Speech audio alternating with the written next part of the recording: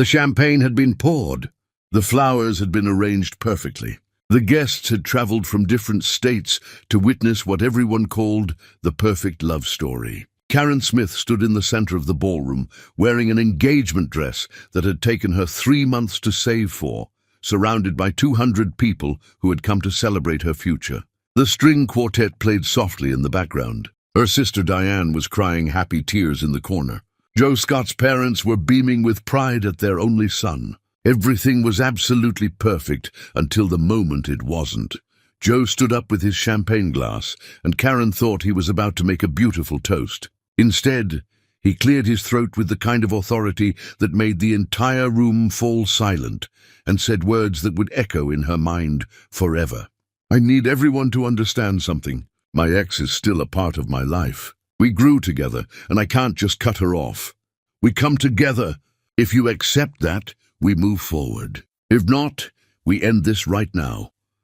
The silence that followed was the kind that pressed against eardrums. Karen felt 200 pairs of eyes turned toward her, waiting for the show they'd come to see.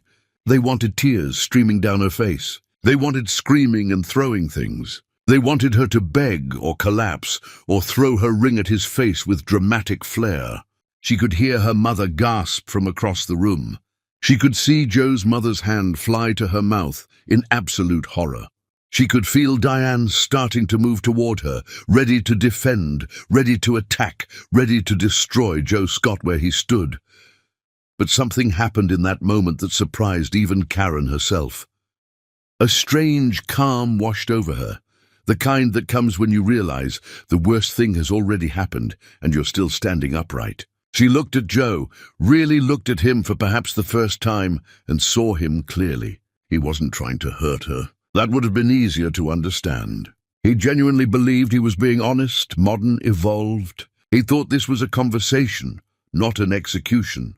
Karen lifted her face, and the smile that crossed her lips was so genuine, so serene, that it unsettled everyone more than tears would have. "All right," she said softly, her voice carrying across the silent ballroom with perfect clarity. She set down her champagne glass with a gentle clink that sounded like a gavel in the quiet room. "Thank you all for coming to what has been a truly enlightening evening." Then she walked. Not ran, not stumbled. She walked with her spine straight and her head high, her heels clicking against the marble floor, in a rhythm that sounded like a drumbeat announcing something important. She walked past Joe's mother, who tried to grab her arm with desperate apologies already forming. She walked past her own mother, who was crying openly now. She walked past the guests, who parted like water, and she walked straight out those double doors into the night air without looking back even once. Diane caught up with her in the parking lot, still holding her purse and phone. "Karen, wait." "Oh my God, wait." Karen turned, and Diane expected to see her sister finally break apart. Instead, Karen's face was eerily peaceful in the dim parking lot lights. "Did you hear what he said in there?" "Everyone heard what he said in there." "Karen, I'm going to kill him. I'm actually going to go back in there and kill him with my bare hands." "No," Karen said, and her voice had a quality Diane had never heard before. It was quiet, but it carried weight, like steel wrapped in silk. "He just did me the biggest favor of my life. He showed me exactly who he is before I made a permanent mistake." They drove home in Diane's car, and for the first 20 minutes neither of them spoke a single word. Then Diane said quietly, "You're scaring me. You should be crying. You should be angry. You should be something other than this calm." "I am something," Karen replied, staring out the window at the city lights blurring past. "I'm awake. For the first time in years, I'm completely awake." When they got back to the small apartment they shared, Karen kicked off her heels and sat on the couch. The engagement dress that had cost her 3 months of savings suddenly felt like a costume for someone else's life. Diane hovered nearby, completely unsure what to do. "Do you want ice cream, wine, a baseball bat so we can go smash his car windows?"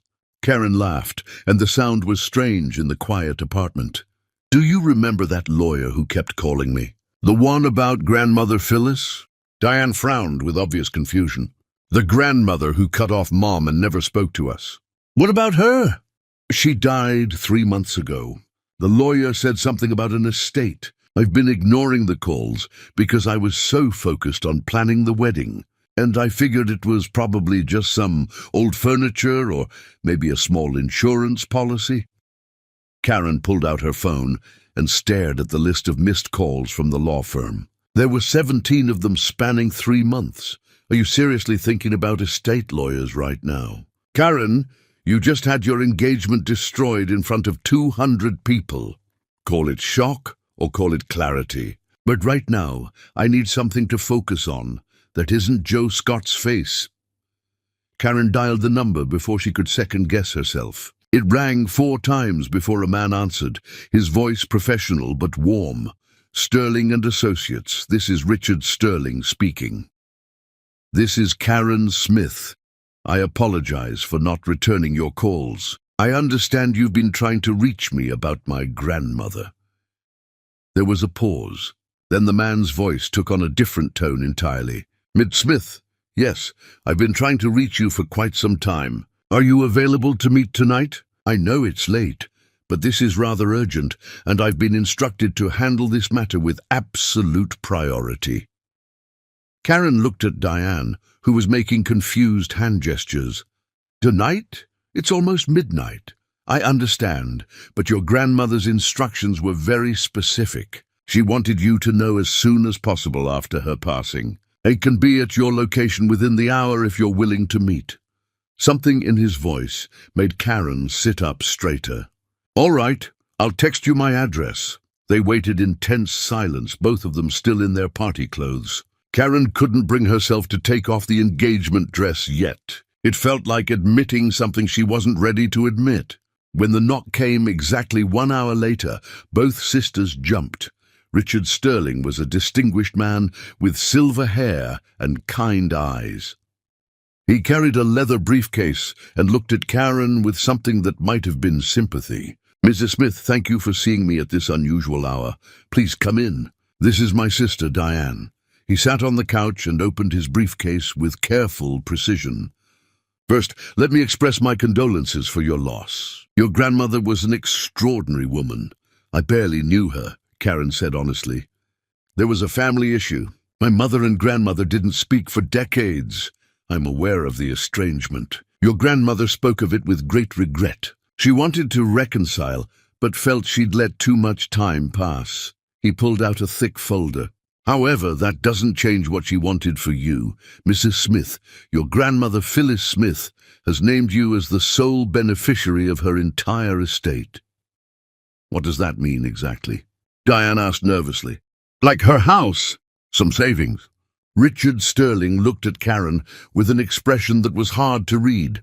"Miss Smith, your grandmother built an empire from nothing. She started with one small motel decades ago and turned it into Smith Luxury Resorts. 23 hotels across the country, multiple real estate holdings, investment portfolios. The entire estate, which has been independently valued, is worth approximately $800 million. You now own all of it." The words hung in the air like smoke. Karen heard them, but they didn't make sense. They were sounds without meaning. Diane made a choking noise and then fell completely off the couch onto the floor with a thud that shook the coffee table. "I'm sorry," Karen said slowly. "Can you repeat that number?" $800 million. Your grandmother was one of the wealthiest women in the country. She was very private about it, but she built something remarkable, and she left all of it to you." Diane was still on the floor, staring at the ceiling and making strange breathing sounds that might have been hyperventilating. Karen looked down at the papers Richard was spreading across the coffee table. Deeds, bank statements, property listings. The numbers were so large they stopped having any real meaning. "I don't understand," Karen whispered. "Why me?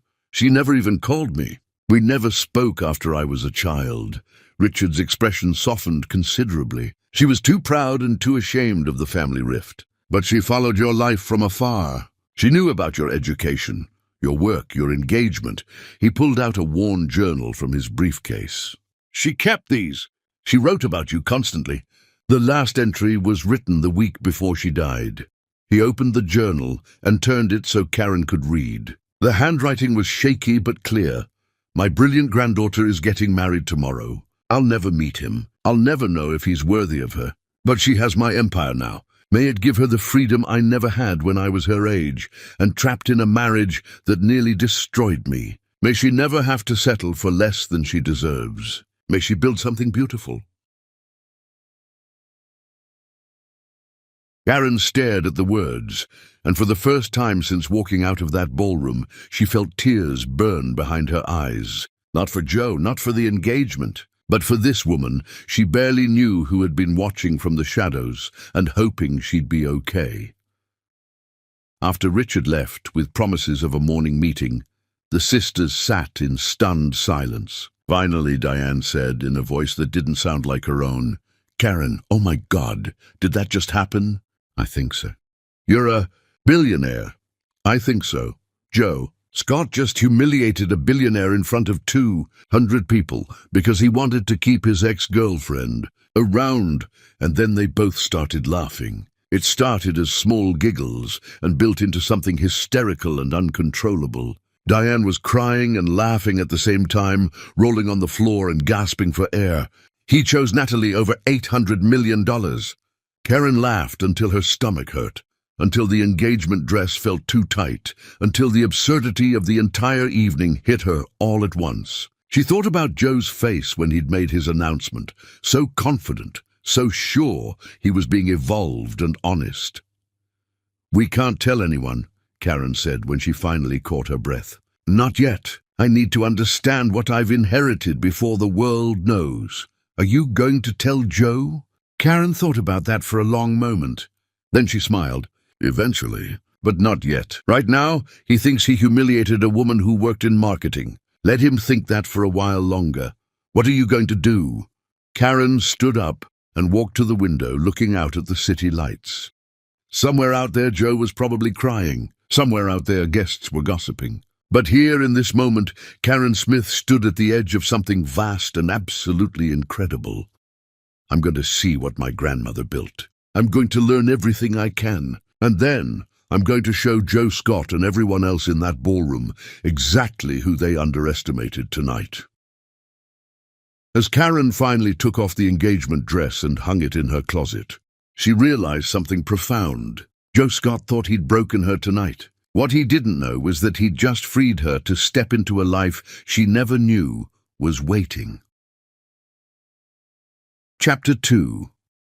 The Empire's Daughter. Karen Smith walked through the glass doors of Smith Luxury Resort's headquarters and felt like she'd stepped into someone else's dream. The lobby soared 3 stories high with marble floors and a chandelier that looked like captured starlight. Employees in elegant uniforms moved with purpose, while soft piano music drifted from hidden speakers. Everything smelled expensive, like rare leather and imported flowers and old money wearing its wealth quietly. Diane had begged to come, but Karen insisted on facing this alone. She wore her best work suit, which suddenly felt cheap compared to the elegance surrounding her. Her hands were sweating despite the perfectly controlled temperature. The receptionist looked up with a professional smile that transformed into relief. "Ms. Smith, Mr. Bernard has been expecting you. Please follow me." They rode the elevator to the top floor in heavy silence. Karen watched the numbers climb and tried to control her breathing. She'd barely slept after Richard Sterling left. She'd spent the night reading documents and trying to comprehend numbers that seemed impossible. The elevator doors opened into an executive suite that took her breath away. Floor-to-ceiling windows overlooked the entire city. The furniture was elegant without being pretentious. Photographs lined one wall, showing Smith Luxury Resorts evolving from a single small motel to an empire. In every photo, a black woman with kind eyes and an iron jaw stood proud. "That's your grandmother," a voice said from behind her. Karen turned to find a distinguished older man with warm brown skin and silver hair. He looked at her with suspiciously bright eyes. "You have her face. The same strength in your features. Mr. Bernard? Call me Bernard, please. Your grandmother never stood on ceremony, and neither do I." He took both her hands gently. "Welcome home, Karen. Phyllis talked about this moment constantly. She hoped you'd take your rightful place here. I don't know anything about running hotels, Karen admitted. I work in marketing. I'm not sure I'm qualified, Bernard smiled warmly. Your grandmother didn't start out knowing anything either. She was a housekeeper at a rundown motel when she was young. The owner tried to assault her one night. She fought him off, quit the job, and vowed she'd never be powerless again. She saved every penny for years. When that same motel went bankrupt, she bought it at auction with everything she'd saved. She rebuilt it from nothing. That was the beginning. Karen stared at the photographs with new understanding. She built all of this from one motel, but from one motel and an unbreakable will. She faced discrimination that would have destroyed most people. Banks wouldn't lend to her. Suppliers wouldn't sell to her. Competitors tried to sabotage her. But she never stopped building, and she never forgot what it felt like to be powerless. Every hotel she built, she made sure the staff was treated with revolutionary dignity. She paid better than anyone in the industry. She promoted from within. She built hotels in communities other chains ignored. She did well by doing good, and employee loyalty was absolute. Tears burned in Karen's eyes. I wish I'd known her. I wish we hadn't lost all those years. She wished that too. But she understood. Your mother's anger was justified. Phyllis made mistakes as a mother while building this empire. She couldn't fix the past, but she hoped to give you a future where you never had to choose between success and relationships the way she did. Executives began filing into the conference room. Karen counted 11 people, all looking at her with curiosity and hope. Bernard introduced each one carefully. She tried desperately to remember names while her heart hammered. When everyone was seated, Bernard stood at the head of the table.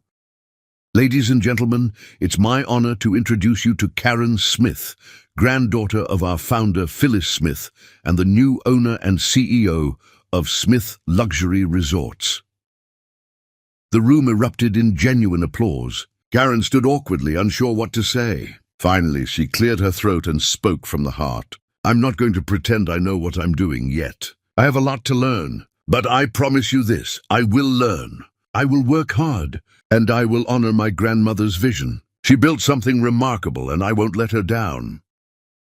More applause, and then the real work began. For 3 hours, executives walked her through everything with patient care. The hotels, the finances, the expansion plans, the challenges, the successes. Karen's head spun with information, but she forced herself to pay attention and ask questions. During a break, Bernard pulled her aside. There's something you should know. A tech startup has been trying to get meetings with us for months. They want us to use their booking software. We've looked at it and it's not impressive, but they're persistent. What's the company called? Scott Technologies. The founder is a young man named Joe Scott. Karen's coffee cup froze halfway to her lips. Of course, Joe's failing company had been desperately trying to get meetings here. The universe had a twisted sense of humor. What do you think we should do? What would your grandmother do? Karen thought seriously, pushing past personal feelings. She'd reject them based on merit. The software is outdated and overpriced. We can build something better ourselves. Then that's what we'll do. Should I mention you reviewed it personally? No. Keep it professional and separate from our history. The work should stand on its own. Bernard smiled with genuine respect. Your grandmother would be very proud. Karen spent the rest of the day touring headquarters and meeting staff. Everyone treated her with respect that felt unearned, but also warmth that seemed genuine. She learned that her grandmother had spoken about her constantly, had followed her life from afar with pride despite the estrangement, had hoped for reconciliation that came too late. By the time she left, exhausted and overwhelmed, Karen had made a decision. She wasn't going to announce this publicly yet. She wanted time to learn and become worthy of what she'd inherited. She'd continue her regular job while working evenings and weekends here. It would be brutal, but she needed to earn this throne. Her phone had been buzzing all day with messages from Joe. As she drove home, she finally listened to his voicemails. The first few were defensive, explaining he'd been honest and she was overreacting. The later ones shifted to panic. The last one made her laugh out loud. "Karen, please. I'm sorry, okay? I handled it badly. Natalie doesn't mean anything. You're the one I want to marry. Please call me back." She deleted every message without responding. When she got home, Diane was pacing like a caged tiger. "Well, how was it? Are you really a billionaire?" Ooh, Karen collapsed onto the couch and told her everything. When she finished, Diane stared at her with an unreadable expression. Finally, Diane said, "You know what the craziest part is? Yesterday, you were planning a wedding to a man who publicly humiliated you. Today, you own a hotel empire. Life can change in a heartbeat." "It doesn't feel real yet," Karen admitted quietly. "I keep waiting to wake up. It's real. And Joe Scott is about to have the worst week of his life when he finds out what he lost." Karen's phone buzzed again. Another message from Joe about how much he loved her and how they needed to talk. She showed it to Diane, who snorted. "What are you going to say?" Karen typed something short and devastating. "Joe, you made your choice in front of 200 people. I respect that choice. Now please respect mine. We're done. I wish you well with Natalie." She hit send before she could second-guess herself. Within seconds, her phone started ringing. Karen turned it off completely and set it on the table. "That's it?" Diane asked. "You're not going to tell him about the money?" "Not yet. Right now, he thinks he hurt a woman who worked a regular job. Let him think that. Let him sit with what he did without the complication of wealth. If he's truly sorry, it should be because he hurt me as a person, not because I'm rich." Diane grinned wickedly. "You're playing chess while he's playing checkers. I'm not playing anything. I'm protecting myself. For years, I made myself small for people who didn't value me. Joe's announcement was horrible, but it was clarifying. It showed me I've been settling. That ends now." Over the following weeks, Karen lived 2 separate lives. During the day, she went to her regular job where her boss was sympathetic but uncomfortable. Her co-workers whispered but stayed professionally distant. Joe kept calling until she blocked his number. Every evening and weekend, Karen went to Smith luxury resorts and learned everything she could. Bernard became her mentor. She studied financial reports. She toured every hotel. She met with department heads. She absorbed knowledge like she was dying of thirst.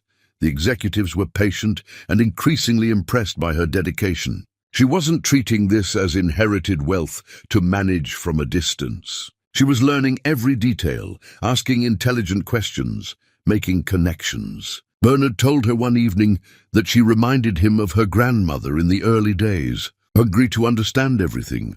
One night, working late in what was now her office, Karen found a letter in a locked drawer. The key had been in Richard Sterling's envelope. The letter was addressed to her in shaky handwriting. "My dearest Karen, if you're reading this, I'm gone, and you've inherited everything I built. I want you to understand why I left it to you. I failed your mother as a parent. I was building this empire while she needed a mother, and by the time I realized my mistake, the damage was done.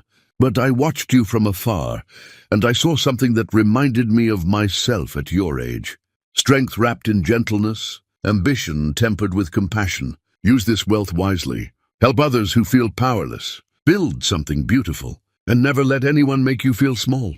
You are extraordinary. I only wish I'd been brave enough to tell you myself. With all my love, Grandmother Phyllis." Karen read it 3 times, tears streaming down her face. Then she folded it carefully and put it in her bag.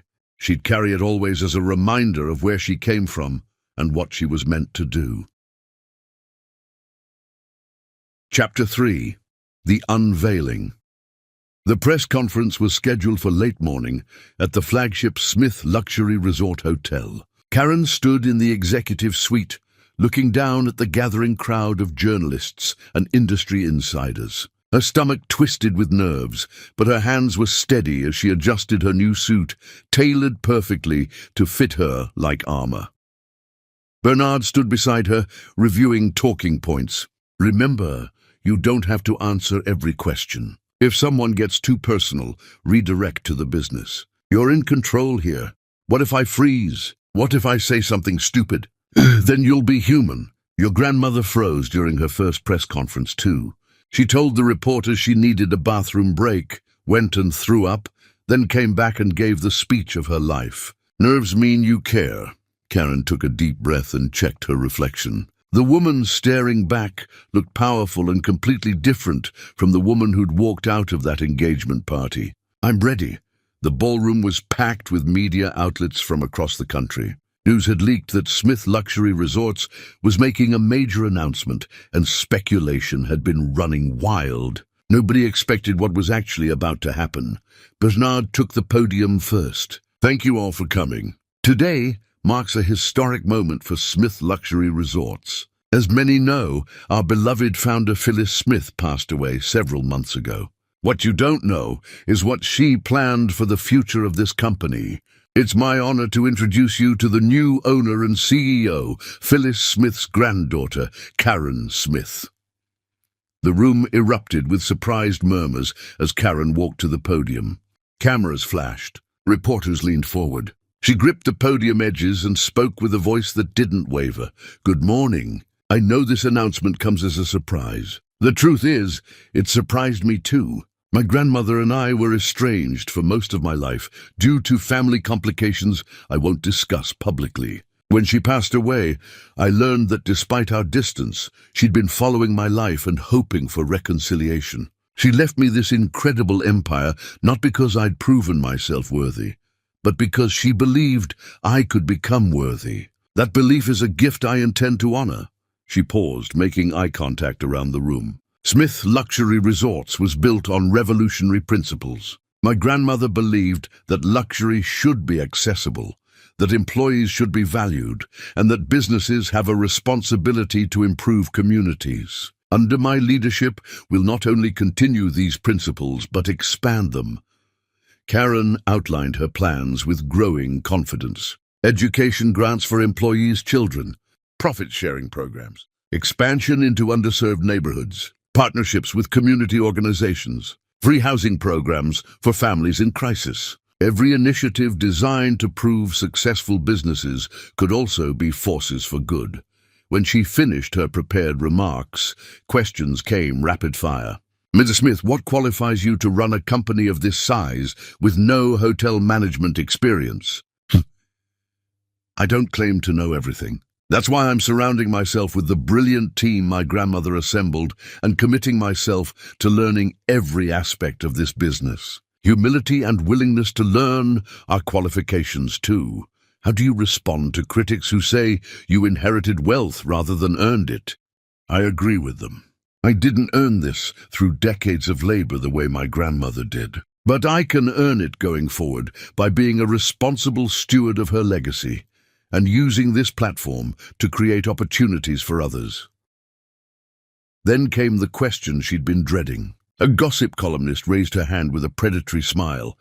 Miss Smith, isn't it true that you were recently humiliated at your own engagement party when your fiancé publicly chose his ex-girlfriend over you? Some are saying this sudden emergence is just you trying to recover from embarrassment.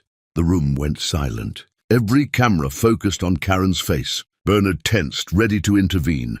But Karen simply smiled with that same serene expression and spoke with steel beneath silk. Yes, my engagement ended. And yes, it was public and painful. But I learned something valuable that night. I learned that I'd been making myself small for people who didn't truly value me. That ended immediately. So if you're asking whether being publicly humiliated motivated me to step into my power, the answer is absolutely yes. Sometimes the worst moments redirect us toward our best life. I'm grateful for the clarity, even though the delivery was brutal. The room erupted with follow-up questions, but Karen simply thanked everyone and walked off with Bernard. In the hallway, she finally let herself breathe. How did I do? You were magnificent. That answer about the engagement was perfect. Honest without being bitter. Strong without being defensive.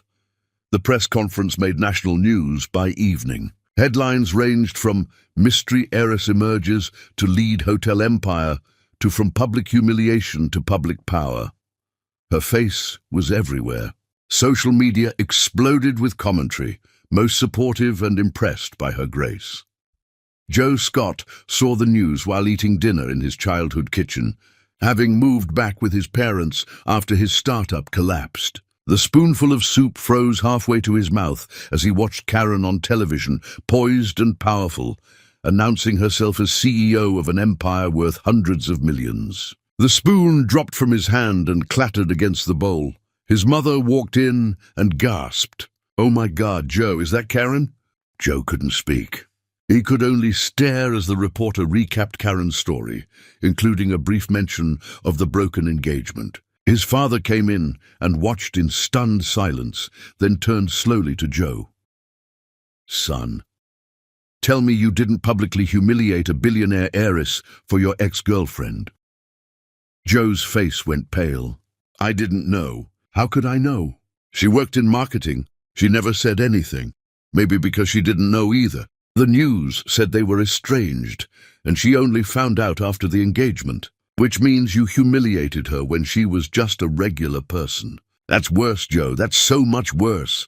His phone started buzzing with messages from everyone, friends sending shocked emojis. Elliot, his former business partner, sent a message that said simply, "You are the unluckiest man alive."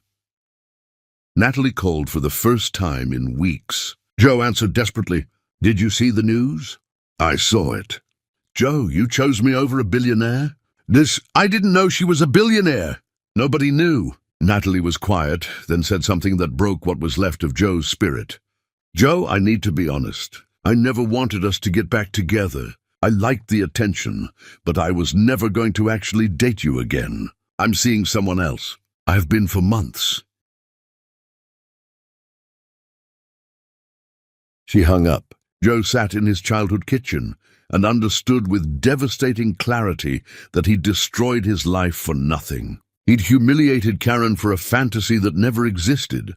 His mother sat down with eyes full of disappointment. "What are you going to do now?" "I don't know." "Try to apologize? And say what exactly?" "Sorry I humiliated you, but in my defense, I didn't realize you were secretly rich. That makes it better somehow?" His father shook his head. "You have a lot of growing up to do, son." Joe wanted to argue, but couldn't find words. His father was right.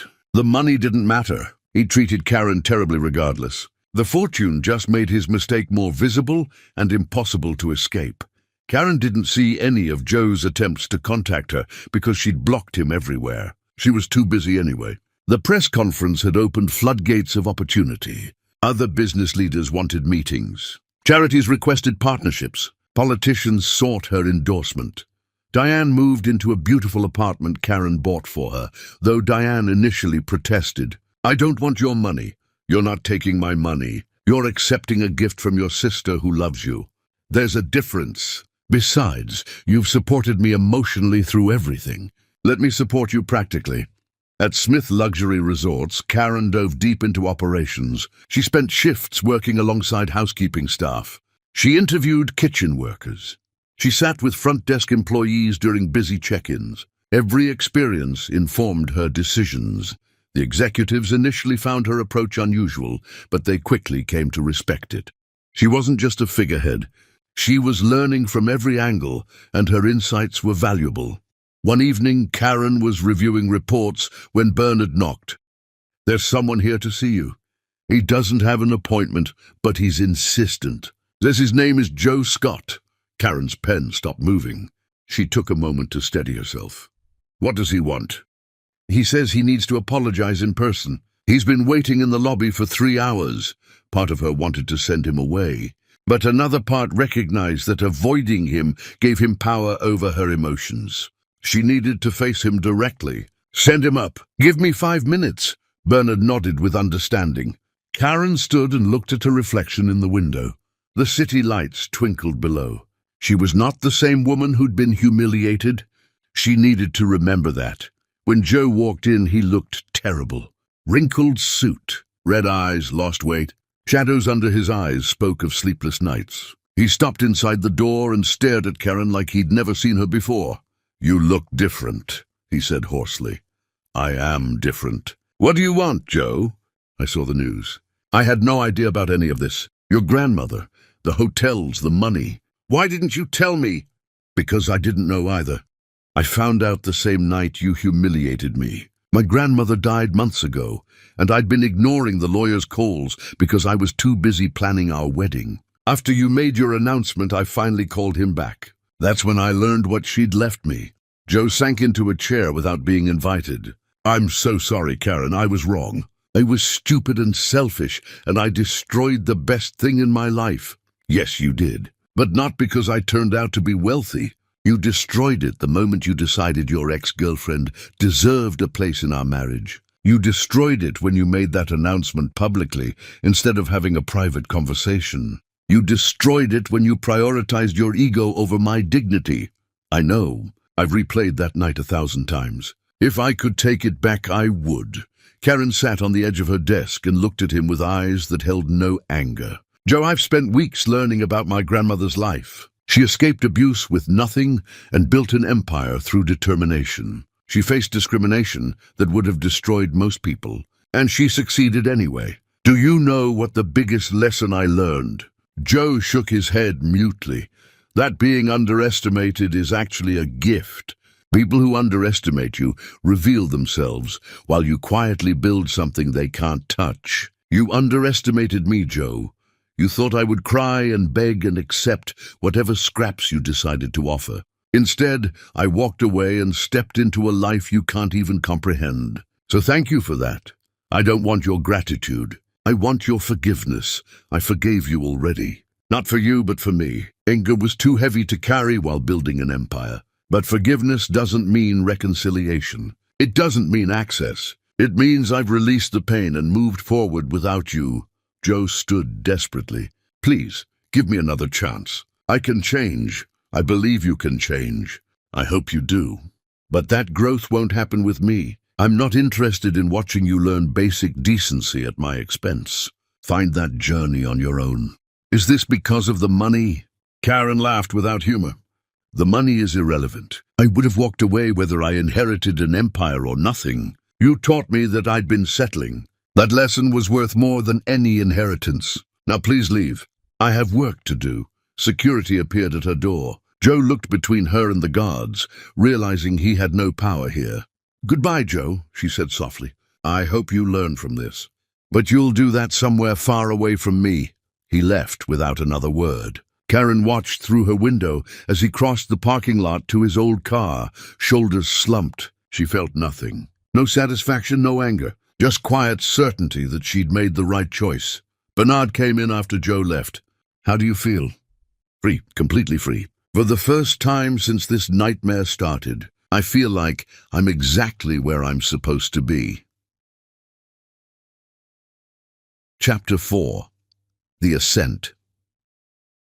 The months following her announcement transformed Karen's life completely. Smith Luxury Resorts became the focus of intense media attention, and Karen found herself navigating business conferences, charity galas, and strategic partnerships. She discovered something surprising. She was good at it. The woman who'd once made herself small now commanded rooms full of powerful people with quiet confidence. She spoke at industry conferences about revolutionary labor practices. She appeared on business television discussing ethical wealth management. She sat on panels about women in leadership, always crediting her grandmother while carving out her own identity. Diane watched with pride and occasional concern. You're working yourself to death. When's the last time you slept more than 4 hours? I'll sleep when I've proven I deserve this. Right now, people are waiting for me to fail. I won't give them that satisfaction. Grandmother left you this empire because she believed you were worthy. You don't need to prove anything. Karen softened. You're right. But I need to prove it to myself. I need to know I can build something, not just inherit it. She poured herself into expansion plans that stunned the industry. While other luxury chains focused on serving wealthy clientele exclusively, Karen pioneered a dual approach. The hotels maintained luxury standards while simultaneously creating accessible programs for working families. Free conference rooms for local nonprofits, reduced-rate facilities for community celebrations, job training programs for underemployed residents. Critics called it financially reckless. Karen called it sustainable community investment. When financial reports showed increased loyalty and positive publicity translating to higher revenue, critics went quiet. She was proving that doing good and doing well weren't mutually exclusive. One initiative particularly captured national attention. Karen announced that every Smith luxury resort would dedicate an entire floor to providing free housing for domestic violence survivors for up to 1 year. The hotels would provide not just rooms, but supportive services, job training, childcare, and legal assistance. The backlash was immediate from some circles. Shareholders of other companies questioned whether she was running a charity or a business. But Karen stood firm during a television interview that went viral. My grandmother escaped abuse with nothing. If these hotels had existed then, her life would have been easier. I'm not building this for profit. I'm building this because it's right. And if that makes me a bad businesswoman in some people's eyes, I can live with that judgment. Applications flooded in from women escaping terrible situations. Karen hired staff specifically to manage the program with dignity. She visited the floors regularly, meeting residents and hearing stories that reinforced her commitment. Meanwhile, Joe Scott's life continued its downward trajectory. His startup officially dissolved. Elliot launched a successful competing company and made clear Joe wasn't welcome. The call center job barely covered expenses. He was living in his parents' basement, watching Karen's success from afar. His mother tried to be supportive, but disappointment was evident. You need to move forward, Joe. Stop watching her interviews. Stop torturing yourself. Focus on rebuilding your own life. How am I supposed to rebuild when I destroyed everything? Nay! The same way anyone rebuilds. One small step at a time. Get therapy. Find meaningful work. Become someone you respect. But Joe couldn't let go. He was stuck in a loop of regret that corroded him from the inside. He drove past Smith Luxury Resorts headquarters sometimes, sitting in his car, staring up at the building. He knew it was unhealthy. He couldn't stop himself. One night, security approached his vehicle.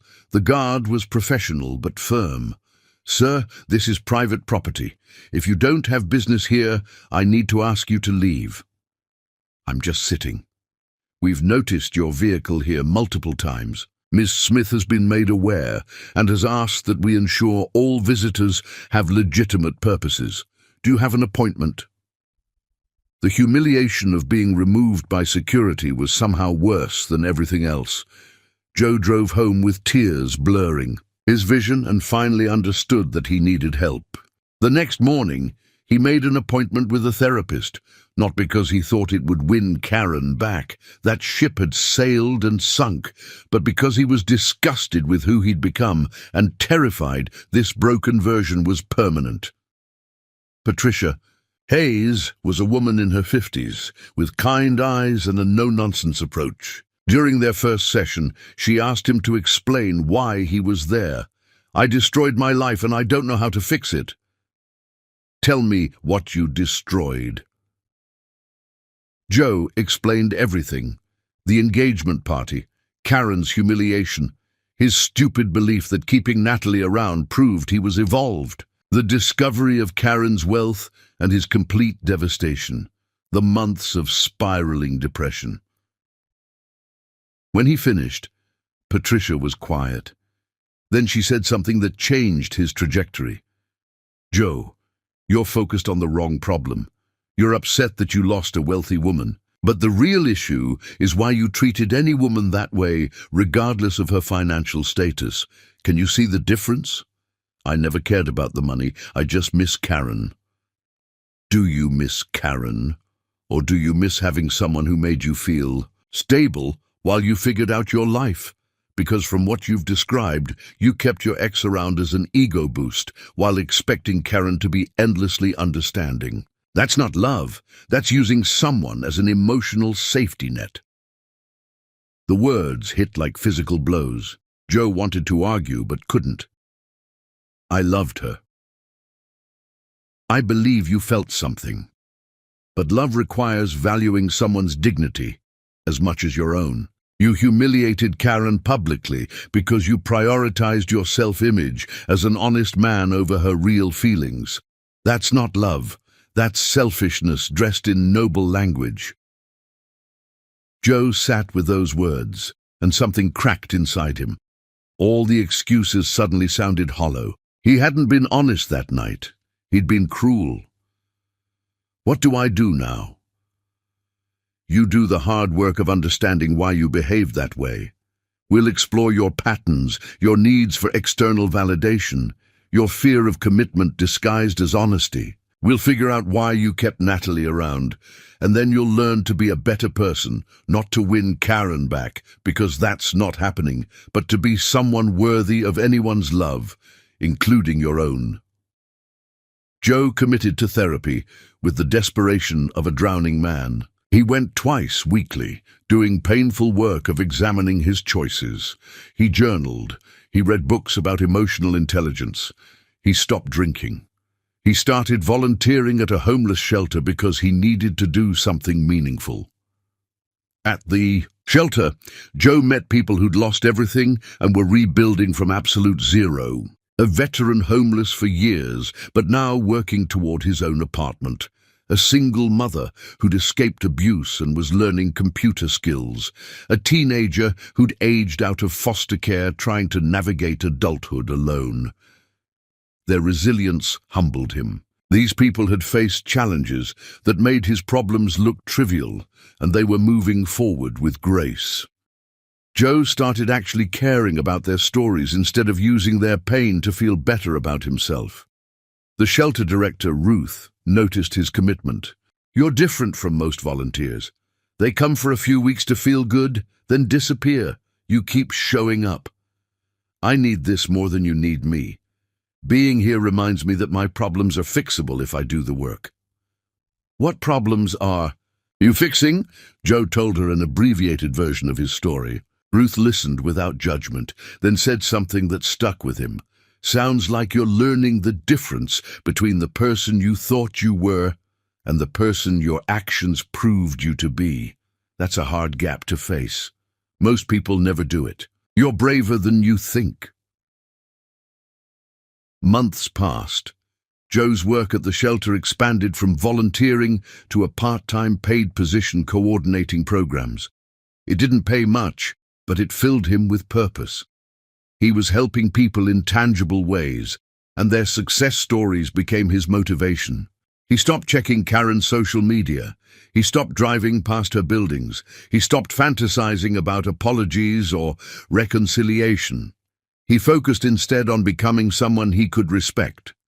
Some days were harder than others, but slowly, painfully, he was building a foundation of genuine character. Meanwhile, Karen was dealing with her own challenges.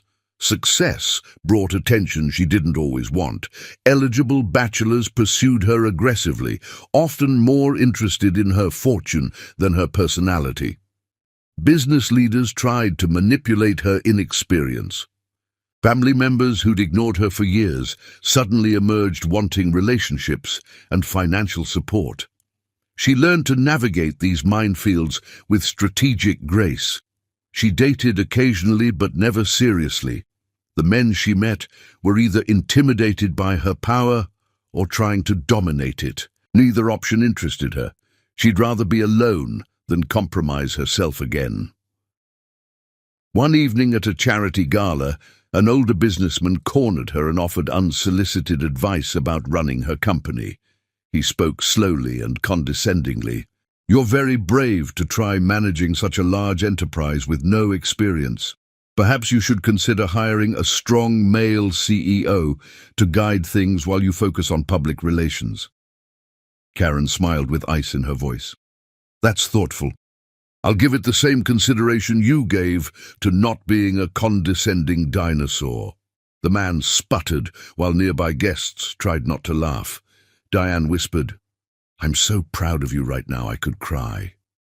Karen was learning that power brought both opportunity and isolation. People treated her differently. Some were genuine, but most wanted something. She found herself missing the simplicity of her old life, even while recognizing she'd never go back. Bernard noticed her withdrawal and invited her for coffee. "You're pulling back from people. I recognize the pattern because your grandmother did the same thing. Can you blame me? Half the people I meet want my money, the other half want my influence." "That's not entirely true, but I understand the feeling. Your grandmother struggled with this too. She isolated herself in her later years, and she regretted it. Don't make her mistake. Stay open to genuine connection, even when it's risky." "How do I know who's genuine?" "You watch them over time. Genuine people show consistent character when they think nobody important is watching. They treat staff with respect. They keep their word about small things. They don't change their behavior based on your usefulness." Karen thought about that, then asked what had been bothering her. "Do you think I'm doing enough? With the money, the platform, the influence?" Bernard smiled gently. "Your grandmother asked me the same question many times. You're creating thousands of jobs. You're housing women escaping violence. You're building pathways out of poverty. You're treating employees with dignity. What more should you be doing?" "I don't know. Something that matters beyond business." "Everything you're doing matters beyond business. Don't diminish your impact just because it's tied to your company." That night, Karen sat in her grandmother's office and read more journals. One entry caught her attention. "People will tell you that being a woman in business means being twice as good for half the recognition. That's true, but they'll also tell you that being powerful means being hard, and that's where they're wrong. Real power is being strong enough to stay soft, strong enough to be generous when others are greedy, strong enough to build others up while building yourself. That's the legacy I want, not just hotels, but hope." Karen closed the journal with tears in her eyes. She was building more than an empire. She was building her grandmother's dream of a world where power served purpose. Chapter 5. The Collision of Worlds. Spring arrived with cherry blossoms and new beginnings. Karen stood on the rooftop terrace of her newest hotel, overseeing final preparations for the grand opening. This location was special because it wasn't in a wealthy neighborhood. She'd deliberately chosen an area that had been economically depressed for decades, bringing jobs and investment where they were desperately needed. The community had been skeptical at first. Luxury hotels usually meant gentrification and displacement. Karen addressed those concerns by hiring locally, partnering with existing businesses, and creating a community advisory board. The approach was working. Local leaders who'd initially opposed the project were now celebrating it. Bernard joined her on the terrace with coffee. "You look tired. When's the last time you took a day off?" "I'll take a day off when I've earned it. You inherited almost $1 billion. I think you've earned it." Karen laughed, despite her exhaustion. "You know what I mean. I want to build something that matters. You're already doing that. This hotel alone will employ 300 people from this neighborhood. The domestic violence floor is full, with women rebuilding their lives. You're partnering with local schools for hospitality training programs. You're changing lives. Give yourself credit." She sipped her coffee and looked out at the city skyline. Somewhere out there, Joe was living his smaller life, and she felt nothing about that fact. Not satisfaction in his downfall, not lingering anger, just indifference. He'd become irrelevant to her story. "I want to start a foundation," she said suddenly, "separate from the hotels. Something focused specifically on helping women escape bad situations. Housing is just the start. They need legal support, job training, childcare, therapy, financial literacy. I want to create comprehensive programs." Bernard smiled. "Your grandmother would love that idea. She talked about doing something similar but never got there. You're taking her vision further. Will you help me? I'll help you find people who do. And Karen, take the day off tomorrow. Not because you've earned it, but because even empire builders need rest." She agreed reluctantly. The next morning, she slept until noon for the first time in months. then took Diane to lunch at a small neighborhood restaurant. They laughed over salads and reminisced about growing up poor with big dreams. "Remember when we used to fantasize about being rich?" Diane said. "We thought it meant fancy cars and designer clothes. Reality is more complicated. The money solves some problems, but creates others. I worry constantly about making the right decisions. Every choice affects thousands of people. That weight is heavier than I expected."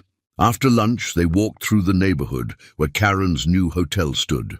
Local residents recognized her and stopped to chat, thanking her for bringing jobs. An older woman hugged her with tears. "My grandson got hired as a line cook at your hotel. First real job he's had. You saved his life." Moments like that made everything worthwhile. As they walked, they passed a community center with a poster advertising volunteer opportunities. Karen paused, reading various programs. One caught her eye: life skills workshops for people rebuilding after homelessness. "This is the kind of partnership I want," Karen told Diane. "Not just hotels, but integration with community resources." She walked inside to speak with administrators and was directed to the program coordinator. "He's in a meeting right now, but should be done shortly. You're welcome to wait." Karen sat in the modest lobby, surrounded by flyers and community notices. This place felt real in a way luxury hotels didn't. No marble or chandeliers. Just people genuinely trying to help with limited resources and unlimited commitment. The meeting room door opened and people filed out. When the last person left, Karen stood to introduce herself and froze completely. The program coordinator was Joe Scott. He looked as shocked as she felt. They stared at each other while time seemed to stop. He looked different. Thinner but healthy. His clothes were simple but clean. His eyes were clear instead of desperate. He looked like someone who'd been broken and rebuilt with more care. "Karen," he said quietly, "I didn't know you were coming here. I didn't know you worked here. I was exploring the neighborhood around my new hotel, the Smith Luxury Resort, about 6 blocks from here. We've been partnering with them for job training referrals." They stood in awkward silence until Diane appeared, saw Joe, and immediately tensed. "We should go." "It's fine," Karen said, surprising herself. "Joe, can we talk for a minute?" He looked uncertain but nodded. They sat in the lobby while Diane waited outside, clearly unhappy. Karen studied Joe's face, looking for signs of the man who'd humiliated her. She found someone different. "You work here?" she asked. "I've been volunteering for over a year. They hired me 6 months ago to coordinate programs. It doesn't pay much, but it's meaningful. I help people who are rebuilding their lives after hitting bottom. Turns out I understand that process pretty well. Are you in therapy?" The question surprised him. "Yes, twice a week for the past year." "How did you know?" "Because you look different. Not just physically. You carry yourself differently. Less arrogance, more substance." Joe nodded slowly. "Therapy helped me understand why I treated you the way I did. Helped me see that I kept Natalie around because I was terrified of commitment and needed an exit strategy. That I used your patience as a safety net while feeding my ego. I was selfish and cruel, and I dressed it up in language about honesty to avoid responsibility." Karen listened without expression. "Why are you telling me this?" "Because you asked. Because you deserve to hear it. Not because I expect anything. I know we're done, but you deserve to know that I've spent every day since that engagement party trying to become someone worthy of basic decency. And have you succeeded?" "Some days yes, some days no. It's a process. But I'm better than I was, and I'm committed to continuing to improve. Not for you, for myself." Karen stood and Joe stood with her. She looked at him with eyes that held no anger, but no forgiveness either. "I'm glad you're getting help. I'm glad you're doing meaningful work. But I need you to understand something clearly. We will never reconcile. We will never be friends. If we cross paths professionally, we'll be cordial. But that's it. Can you accept that?" "Yes, completely. I'm not here trying to win you back. I'm here trying to be someone who wouldn't have hurt you in the first place." She nodded, then walked toward the door. Before leaving, she turned back. "Joe, the work you're doing here matters. Don't let our history make you second-guess that. Keep doing it well." Then she was gone, and Joe sat back down in the empty lobby, shaking. Seeing her had been harder than any therapy session, but it had also confirmed something important. He wasn't doing this transformation for her. He was doing it for himself. Outside, Diane grabbed Karen's arm. "Are you okay? Why did you talk to him?" "I needed to see who he'd become. Needed to know if the transformation was real or performed. And I think it's real. But it doesn't matter. He's become someone better, which is good for the world, but that person is still not welcome in my life." They walked back toward Karen's car in silence. Finally, Diane said, "You're being very generous in your assessment. I'm being realistic. Holding on to anger would only hurt me. Acknowledging his growth costs me nothing. But acknowledgement isn't reconciliation." The encounter stayed with Karen for days. She found herself thinking about Joe's transformation more than she wanted to admit. Not because she had feelings for him, those had died completely, but because his journey from arrogant to humble fascinated her. She researched the community center and learned it had excellent reputation. Joe's program specifically had remarkable success rates. Whatever he was doing it well. Against her better judgment, Karen asked Ruth, the shelter director, to meet for coffee. Ruth agreed enthusiastically. Over coffee, they discussed program integration. Then Karen asked carefully, "Tell me about Joe Scott." Ruth smiled. "Joe's been volunteering for about 18 months. Started coming in looking lost and broken. Honestly thought he'd last a week, but he kept showing up. Did grunt work without complaining. Listened to residents with genuine compassion. After 6 months, I offered him a paid position because he'd essentially been doing the work anyway. Is he good at it? He's excellent. Participants trust him because he's honest about having been at rock bottom. He doesn't pretend to have answers. He just shows up consistently and treats everyone with respect." "Does he talk about his past?" Ruth studied Karen carefully. "He talks about having hurt someone badly due to selfishness. Says he's trying to become someone who wouldn't make those mistakes. But he never mentions specifics." "Why are you asking?" "Because I'm the someone he hurt. We were engaged. He humiliated me publicly by announcing his ex would remain in our lives. I walked out and we ended." Ruth's eyes widened. "And then you inherited your grandmother's empire. I remember reading about your story. I just didn't make the connection."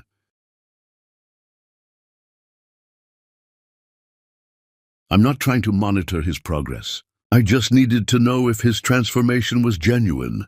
It's genuine. I've been doing this work for 30 years. I can spot fake remorse. Joe's is real. Whether that earns him forgiveness is another question, but the work itself is authentic."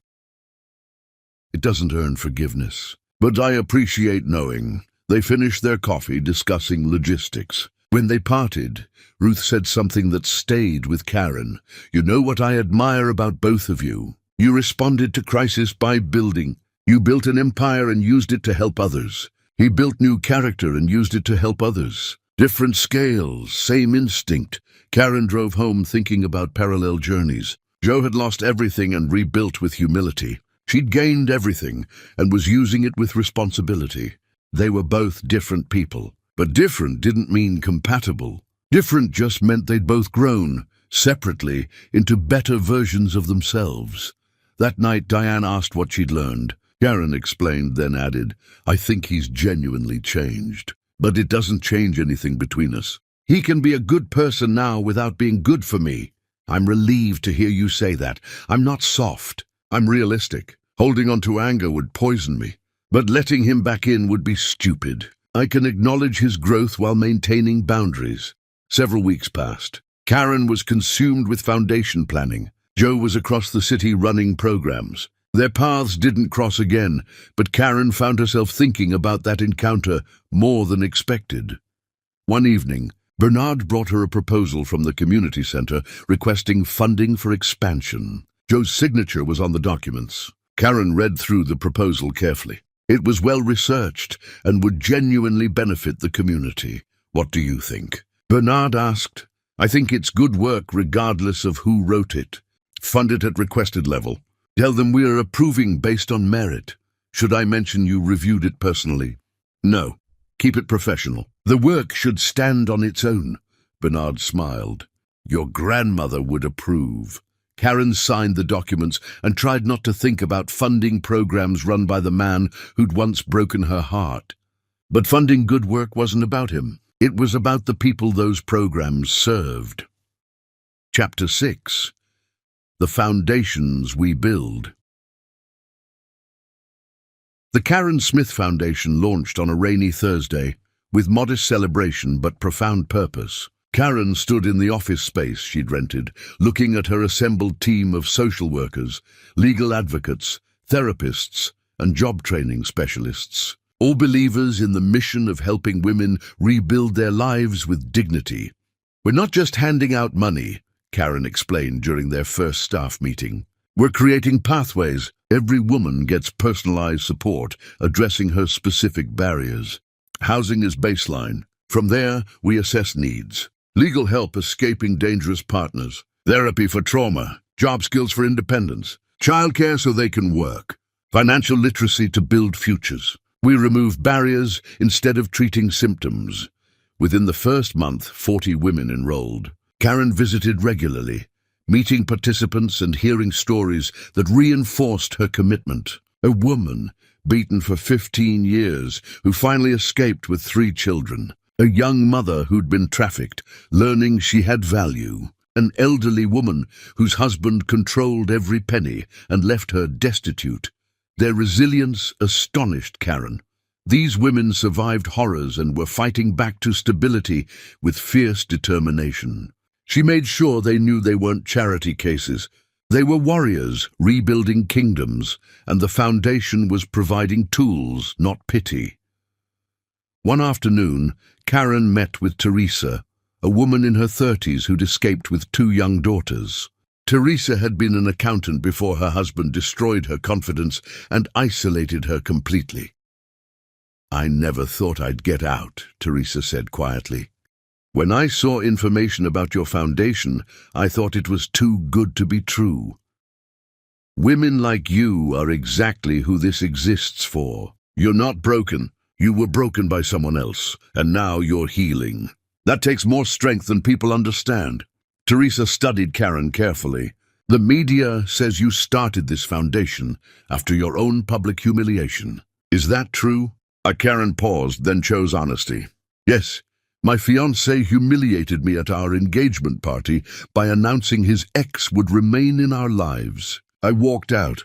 Shortly after, I inherited wealth I didn't know existed. I could have used it just for myself. But I kept thinking about powerlessness and how much worse it would be without resources. So I built this. You turned your pain into purpose. I'm trying to. Your success matters, Teresa. You prove that healing is possible when we support each other properly." Her phone buzzed with a message from Bernard. The community center where Joe worked had submitted their mid-year report. Success rates exceeded projections. Bernard attached a note. "Joe Scott is doing excellent work with our investment. Whatever happened personally, professionally, he's delivering results that change lives." Karen read the report carefully. Joe's program was highlighted for innovative approaches, addressing shame while building self-worth. Participants praised his genuine care and refusal to judge. He'd created space where people could be honest about failures without penalty. She found herself unexpectedly proud, then immediately questioned that feeling. His accomplishments weren't hers, yet seeing him use pain to help others felt meaningful. Over following months, Karen's foundation expanded rapidly. They added programs for youth experiencing family rejection, resources for elderly women facing financial abuse, partnerships with legal aid organizations, every program designed with dignity at its core. Karen was invited to speak at conferences. She testified before legislative committees. She wrote articles about breaking cycles of abuse. Her platform was enormous, and she used it to amplify voices usually ignored. A national conference on trauma-informed programming invited both her and Ruth as keynote speakers. The organizers mentioned featuring a panel, including Joe, discussing shame reduction approaches. Karen's first instinct was declining to avoid him. But hundreds would benefit from his insights, and declining felt petty. She accepted. The conference was overwhelming. Thousands gathered to share approaches. Karen's keynote focused on using privilege to create systemic change rather than just charity. She received a standing ovation, and dozens approached wanting to replicate her model. On the second day, walking between sessions, Karen heard Joe's voice from a packed conference room. Despite intentions to keep walking, she paused and listened. "The hardest part of transformation isn't changing behavior," Joe said. "It's forgiving yourself enough to believe you deserve better. Most people who've hurt others carry shame so heavy it prevents growth. They either deny what they did, making change impossible, or drown in guilt, which also makes change impossible. The work is finding middle space where you acknowledge harm without letting it define you permanently." Someone asked how he'd learned that distinction. Joe was quiet before answering. "I hurt someone badly through selfishness. I spent months drowning in shame, which helped nobody. Then my therapist asked, 'Are you upset because you hurt her, or because facing what you did hurts your self-image?' I realized it was the second one. That realization was devastating and liberating. It let me focus on behavior instead of identity." Karen felt something shift as she listened. His transformation wasn't performed for her benefit. It was deep, structural work, and it made him someone who could help others navigate similar journeys. She slipped away before the session ended. That evening at a reception, Ruth spotted her and waved enthusiastically. They chatted about programs until Joe appeared with drinks. He saw Karen and froze mid-step. Ruth said cheerfully, "You two know each other, right?" "We've met," Karen said neutrally. Joe set down drinks carefully. "I didn't know you'd be here. I've been avoiding sessions you were in. Don't want to make things uncomfortable. The conference is huge. We can coexist for a few days without drama." "I appreciate that. I heard part of your keynote. You were incredible. The work you're doing is genuinely transformative." "Thank you. I heard part of your panel. Your approach to shame reduction is valuable." They spoke with careful professionalism. Ruth excused herself, clearly wanting to give them space. Alone together, they stood in uncomfortable silence until Joe spoke. "Can I say something? I'm proud of you. Watching you build this foundation is inspiring. You could have just lived comfortably, but you chose meaning." Karen studied his face for manipulation. She found only genuine admiration.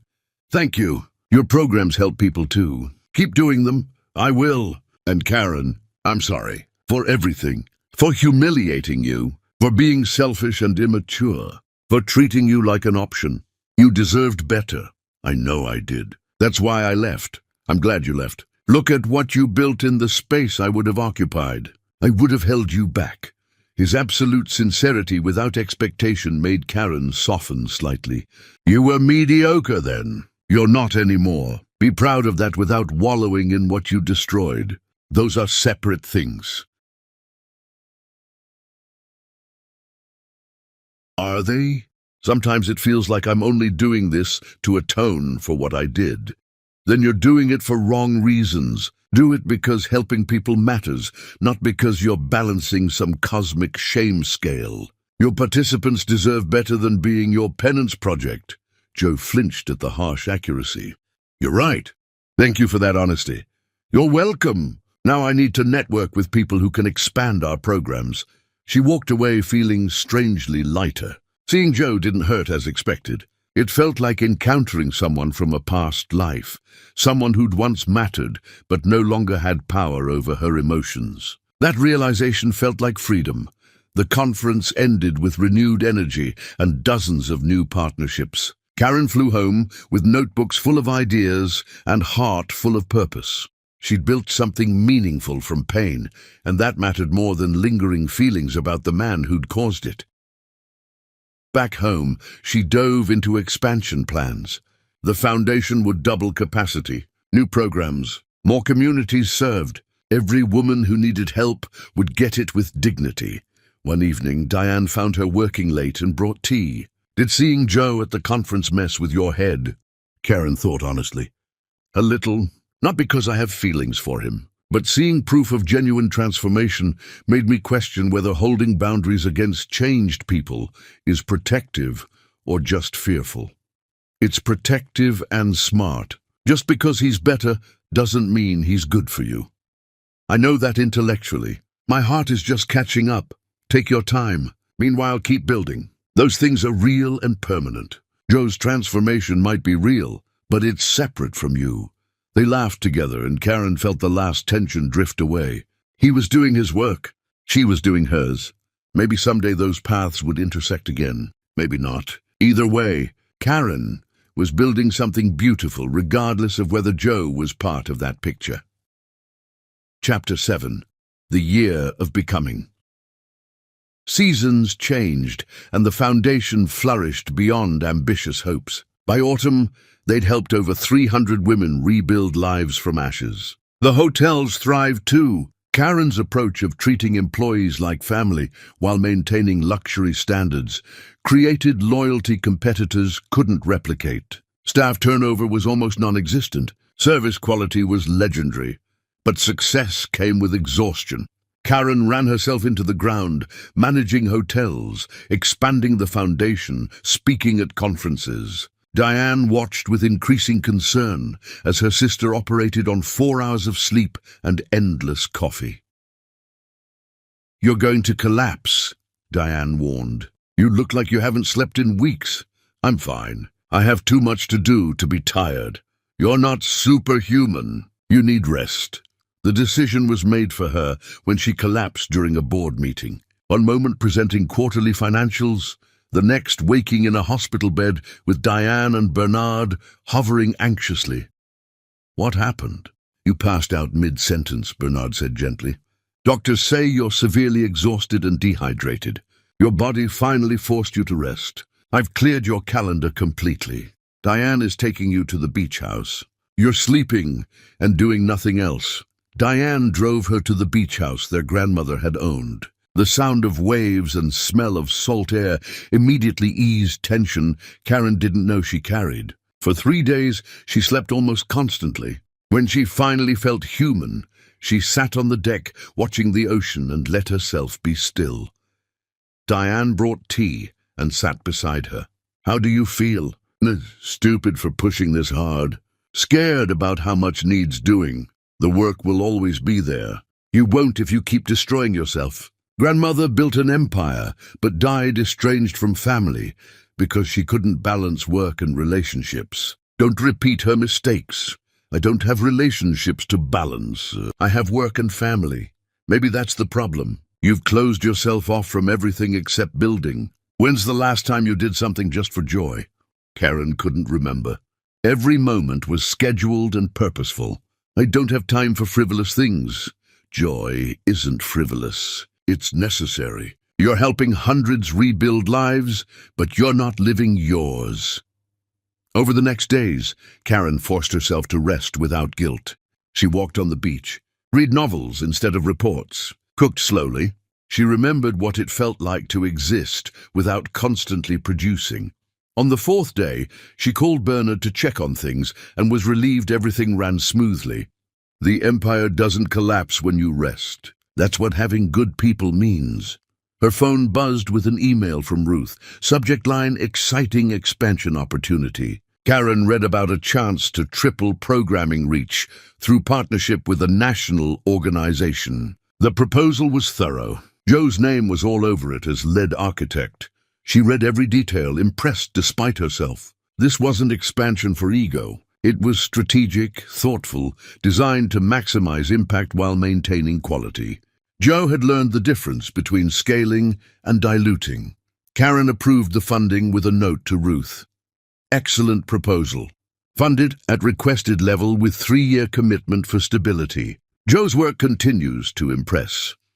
That night, unable to sleep, Karen walked the beach under a full moon. She thought about the woman she'd been at that engagement party. Young, uncertain, willing to compromise herself. She thought about who she'd become. Powerful, strategic, using resources to change lives. But Diane's words haunted her. Was she living or just building? Was she healing or avoiding? She'd poured herself into work to avoid dealing with fear that she might never find love again. Her phone rang. Bernard's name appeared. "Everything okay?" "Everything's fine. But your story just went viral again. There's a long article about your foundation's impact. They interviewed dozens of women you've helped. It's beautiful. She pulled up the article and read by moonlight. The journalist captured stories with sensitivity. Women talked about escaping violence and finding not just housing, but hope. One quote struck her. A woman named Angela said, "Miss Smith could have used her money to make herself comfortable and forgotten people like us. Instead, she remembered what powerlessness feels like and built something to fight it. She's not our savior. She's someone who gave us tools to save ourselves." Karen sat on the beach and cried. Not from sadness, but from overwhelming sense of purpose. This was why she'd survived that terrible night. This was what her pain had been transformed into. When she returned to the city, Karen was different. Still driven, but more balanced. She delegated more, said no to opportunities not aligned with core mission, protected her energy like the precious resource it was. She hired a chief operating officer to manage daily operations while she focused on vision and strategy. At one hotel, Karen encountered a new employee, a young woman working as housekeeper. They chatted briefly and the woman suddenly started crying. "6 months ago, I was living in your domestic violence floor with my daughter. We had nothing. Your foundation helped me get job training, childcare, legal help. Now I have this job, my own apartment, custody of my daughter and a future. You saved my life." Karen hugged her while they both cried. "You saved your own life. We just gave you tools. Your courage made the difference." Moments like that sustained her through hard days. Every woman who found stability proved the work mattered. One evening, leaving the office late, she saw Joe across the street with a group from the community center, all laughing together. He looked relaxed and genuine, comfortable in his own skin. She felt no pain, just distant recognition that he'd also transformed. He noticed her and waved with a smile, holding no longing or regret. Just friendly acknowledgement. Karen waved back, then went to her car feeling lighter than she'd felt in months. Diane was waiting at home with takeout. "Did something good happen? You look peaceful." "I saw Joe today. Didn't hurt at all. Felt nothing except mild pleasantness. That's huge progress. Maybe you're finally moving past everything.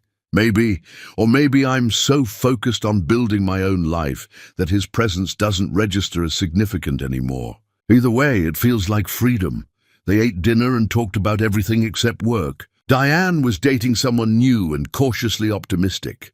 Their mother had stopped asking when Karen would find another man and started celebrating her success instead. Karen fell asleep that night without thinking about Joe, or the engagement party, or any pain that had once consumed her. She dreamed instead of the foundation's expansion, of more women finding stability, of legacy and purpose and transformation. When she woke, she felt ready to build more beauty from the ashes of her past. Chapter 8. The Crossing Point. Spring arrived again, marking 2 full years since the engagement party disaster. Karen stood in the ballroom of her flagship hotel, the same space where Joe had humiliated her, now transformed for the foundation's anniversary gala. The irony wasn't lost on her. She'd reclaimed the space where she'd been broken and filled it with celebration of healing. The gala was spectacular. 500 guests, including business leaders, politicians, philanthropists, and most importantly, women who'd been helped by the Foundation's programs. Karen insisted they be treated as honored guests, not charity cases. They wore beautiful dresses provided by the Foundation, sat at prominent tables, and were introduced with dignity and respect. Karen's speech focused on the women whose courage had inspired the Foundation's work. She told stories of resilience and rebuilding. She acknowledged that money helped, but character healed. She thanked her team, her grandmother's memory, and most of all, the women who'd trusted the Foundation with their journeys.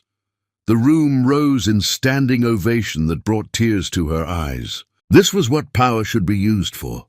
Not accumulation or domination, but transformation and elevation. After the formal program, guests mingled and networked. Karen was surrounded by people wanting to discuss partnerships. She was gracious but exhausted, ready for the evening to end. Then she saw Joe enter with Ruth and community center staff. Her heart skipped briefly before settling back. He was here professionally because their organizations were partners. She was adult enough to handle this. Ruth waved enthusiastically and pulled Karen into a hug. This event is magnificent. Everything centers dignity and empowerment. You've created something truly special. Thank you. The community center partnerships have been crucial to our success. Your programs complement ours perfectly. Joe stood slightly back, letting Ruth take the lead. When Karen made eye contact with him, he nodded with quiet respect. Congratulations on everything you've built. The impact is measurable and meaningful. Thank you. Your programs are part of that impact. They spoke with professional courtesy, two people who'd learned to coexist without drama. Bernard appeared with someone he wanted Karen to meet, giving her an excuse to move on. The evening progressed with music and celebration. Karen danced with Diane, with Bernard, with foundation staff. She laughed genuinely for the first time in weeks. During a quiet moment at the bar, Joe appeared beside her ordering water. They stood in slightly awkward silence until he spoke. Can I say something without overstepping? Depends on what you want to say. Watching you tonight, seeing what you've built and how you've transformed pain into purpose, I'm genuinely in awe. The women here look at you like you hung the moon. That's real power. Karen studied his face, searching for hidden agendas. She found only sincerity. Thank you. That means something. I also want to acknowledge something. I've been working in therapy on taking accountability without centering myself in others' stories. So I'm not trying to insert myself into your success. You built this despite me, not because of me. I just wanted to recognize that from a distance. Something about his careful words made Karen soften slightly. I appreciate that distinction. And Joe, I've watched your work too. The expansion proposal was excellent. The success rates are remarkable. You're doing meaningful work. Be proud of that. I am proud. But doing good work now doesn't erase causing harm before. Those are separate ledgers. They are. But transformation is real. You're not the same person who stood up at our engagement party. I'm not the same woman who walked out. We've both become different people. Do you ever wonder what would have happened if I'd been this version of myself back then? Karen considered that honestly. Sometimes. But I think we needed to break apart so we could both grow into who we were meant to be. If you'd been perfect then, I might never have discovered my own power. Maybe the timing was wrong, because we both needed to become better separately. Joe nodded slowly. That's a generous way to frame a painful experience. It's not generous. It's realistic. I spent months being angry, then months being indifferent, and now I'm just grateful for the trajectory, even though the catalyst was brutal. Ruth appeared slightly tipsy. There you two are. I've been watching you having what looks like a very serious conversation. Everything okay? Everything's fine, Karen assured her. Just discussing professional partnerships. Good. Because I have a proposal. The National Conference wants a panel next year on transformation and accountability in leadership. They want Karen discussing building from pain and Joe discussing rebuilding after causing harm. The contrast would be powerful. Karen and Joe exchanged glances. That would be complex, Karen said carefully, which is exactly why it would be valuable. Think about it and let me know. After Ruth wandered off, Joe turned to Karen. Would you be comfortable with something like that? I don't know. It would require being vulnerable about our history publicly, only if you wanted to. We could keep it generic instead of personal. Let me think about it. Right now, I need to get back to my guests. She moved through the crowd, but Joe's presence stayed with her. Not romantically, but contemplatively. They'd both grown so much. They existed in parallel orbits now, occasionally intersecting but never colliding. That felt like maturity. At the end of the evening, after the last guest left, Karen stood alone in the ballroom. Diane found her there, lost in thought. Penny, for your thoughts? I was just thinking about how far I've come. 2 years ago, I was humiliated in this exact room. Tonight, I celebrated helping hundreds of women find their power in this same space. You reclaimed the space. That's powerful. I reclaimed more than the space. I reclaimed myself. The woman who walked out was scared and uncertain. The woman standing here now is neither. What about Joe? I saw you two talking. Any lingering feelings? Karen thought honestly. No romantic feelings, but I have complicated respect for his transformation. He's genuinely become someone better. That doesn't mean I want him back, but it means I can acknowledge his growth without bitterness. That's very evolved of you. Or maybe I'm just so secure in my own life that his presence doesn't threaten me anymore. They left the hotel together, and Karen felt profound completion. She'd built something beautiful from ashes. She'd proven pain could be transformed into purpose. She'd become the woman her grandmother hoped she'd be.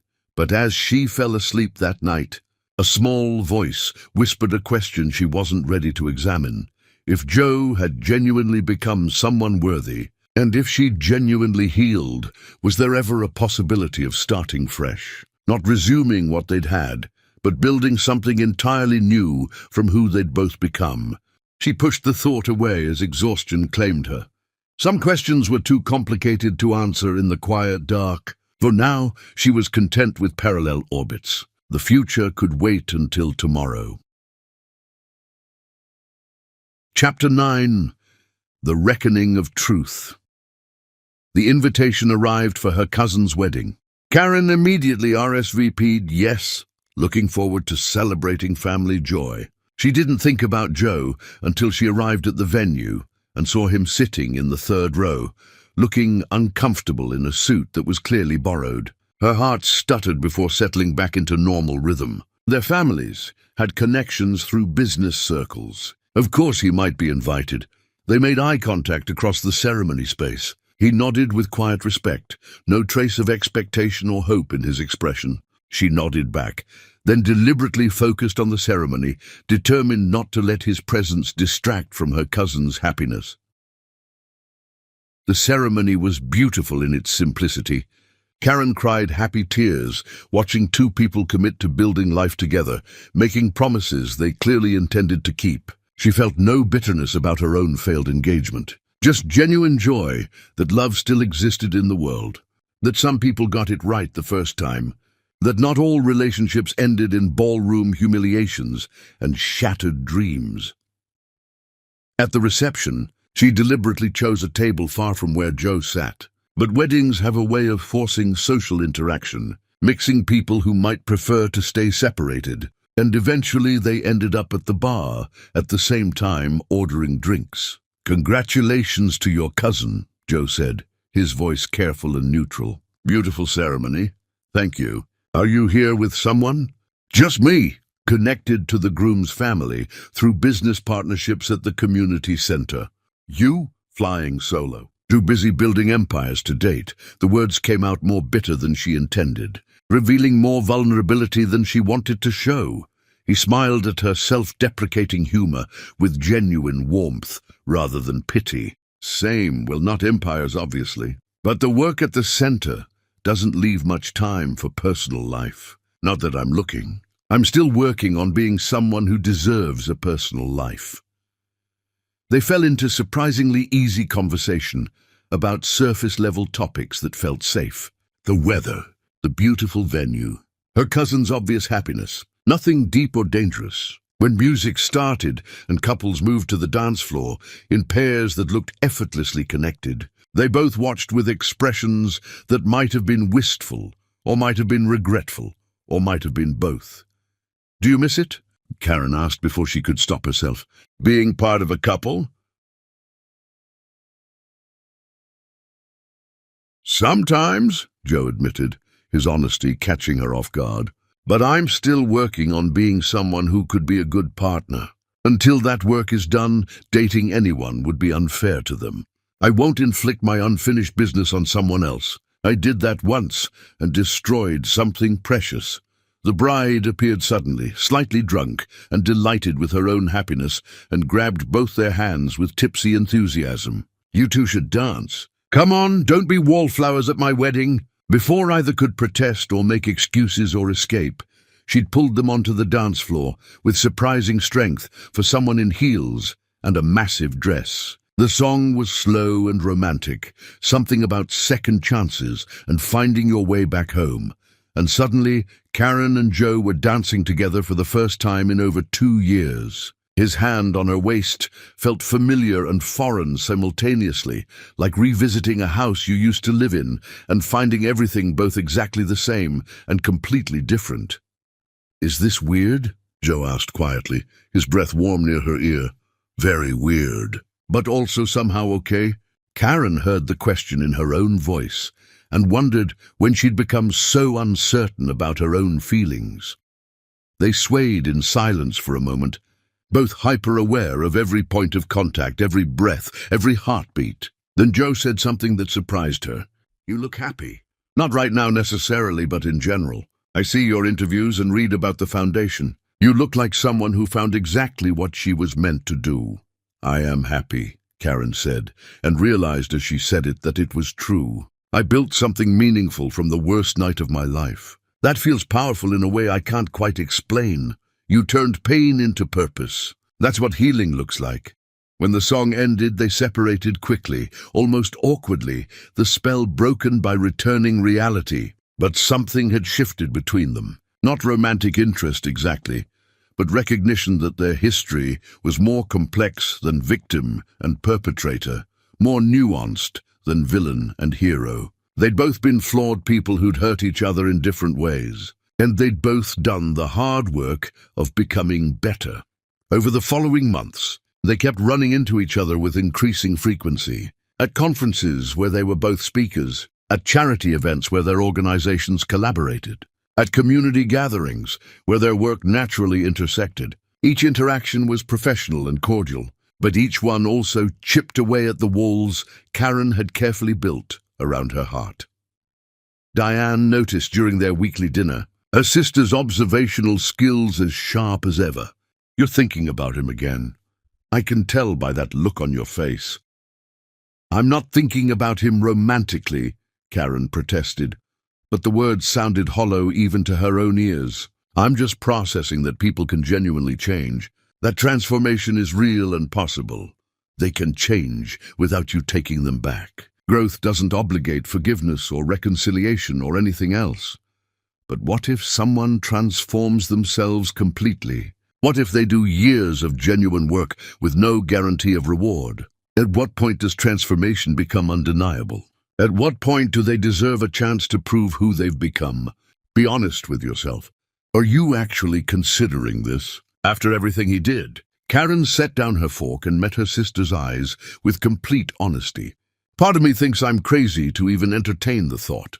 He humiliated me publicly in front of everyone we knew. He chose his ex-girlfriend over me at our engagement party. He destroyed what we had in the most public, painful way possible.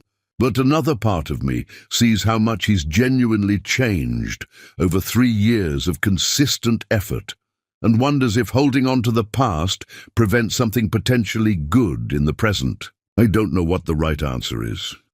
If he's genuinely changed, he'll still be genuinely changed 6 months from now, or a year from now. Take your time deciding. Don't rush into anything just because you're lonely or because he's done some good work. You deserve someone who was worthy from the start, not someone who had to destroy you to figure out how to be a decent human being." "You're right. I know you're right." Then the foundation faced its biggest crisis since launching. A wealthy donor who'd pledged substantial multi-year funding suddenly withdrew everything, publicly claiming he disagreed with Karen's radical feminist approach to helping women. Without that funding, they'd have to cut programs significantly, lay off staff, and turn away women who desperately needed help. Karen was devastated, feeling like she was failing the very people she'd promised to protect. Joe heard about the crisis through Ruth and did something completely unexpected that Karen never saw coming. He organized a massive grassroots fundraising campaign, leveraging every single connection he'd built in the non-profit world over the past 3 years. He called in favors, made personal appeals, and worked around the clock. Within 2 weeks, he'd raised enough to completely cover the funding gap from hundreds of small donations from people who believed in the mission. When he presented Karen with the results in her office, she stared at the numbers in complete disbelief. "How did you do this? This is impossible." I asked people who care about the work. Turns out there are thousands of them. You've built something that genuinely matters to people, Karen. They wanted to support it. I just gave them the opportunity. But why did you do this? You didn't have to get involved. This wasn't your crisis to solve. Joe looked at her with absolute sincerity that took her breath away. Because the work matters more than my comfort or my pride. Because those programs help real people who desperately need help. Because watching you build something beautiful and then seeing it threatened made me want to fight for it. Not for you specifically, though I care about you. For the mission itself. For the women whose lives depend on those programs continuing. Karen felt something crack open inside her chest, some barrier she'd been maintaining through sheer force of will. This wasn't the selfish, self-centered man who'd humiliated her 3 years ago. This was someone who'd done genuinely selfless work for the pure purpose of protecting something important, expecting nothing in return. "Thank you," she said quietly, her voice thick with emotion she couldn't quite control. "This saved the foundation. You saved all those women's futures. The foundation saved itself by being worth saving. I just connected it to people who recognized that worth." Something hung between them in her office, unspoken but powerful and impossible to ignore. Finally, Karen said something that surprised even herself.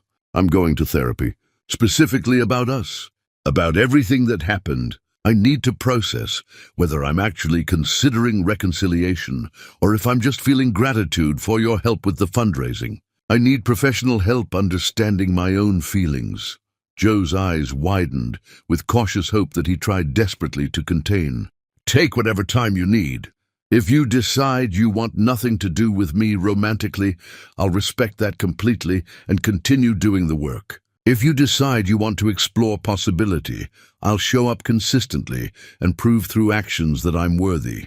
Either way, the community work continues regardless. This isn't transactional."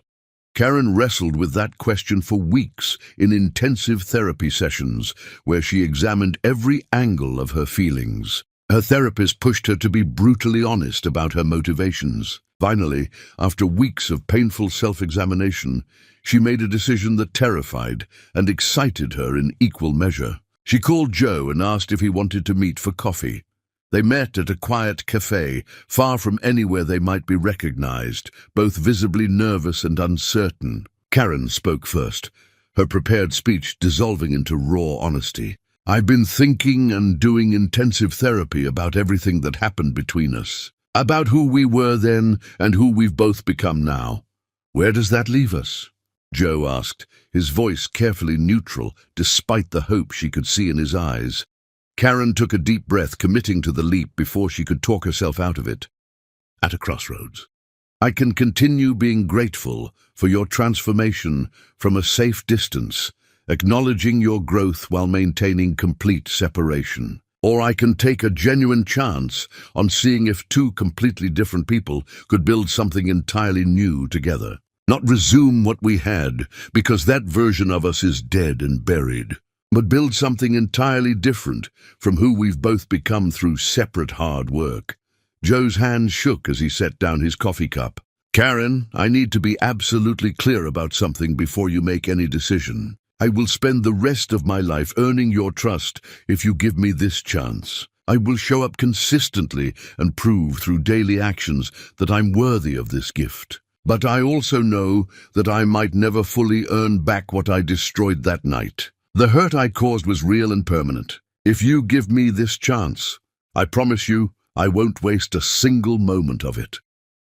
"I'm not giving you anything yet," Karen said firmly, needing him to understand the terms completely. "I'm saying I'm open to exploring possibility. That means dating slowly and carefully. That means you proving yourself through consistent action over time. That means I can walk away at any point if I see red flags or feel unsafe. Can you accept those terms without resentment?" "Absolutely. I'll take whatever chance you're willing to give on whatever terms you set."